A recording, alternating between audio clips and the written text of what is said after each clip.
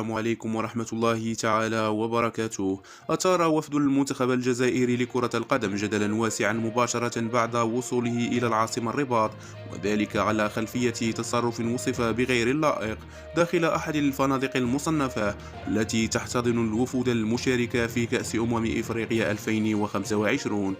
وحسب معطيات متطابقة، أقدم أحد أعضاء الوفد الجزائري أثناء استخدامهم لإحدى قاعات الاجتماعات بفندق ماريوتوت الغابة على حجب صورة الملك محمد السادس خلف ستارة، في تصرف أثار استغراب العاملين وإدارة الفندق. وسارعت إدارة الفندق إلى التدخل الفوري، حيث تمت إعادة الصورة إلى مكانها بشكل محترم ينسجم مع القوانين والأعراف المعمول بها داخل المؤسسات الفندقية بالمملكة المغربية.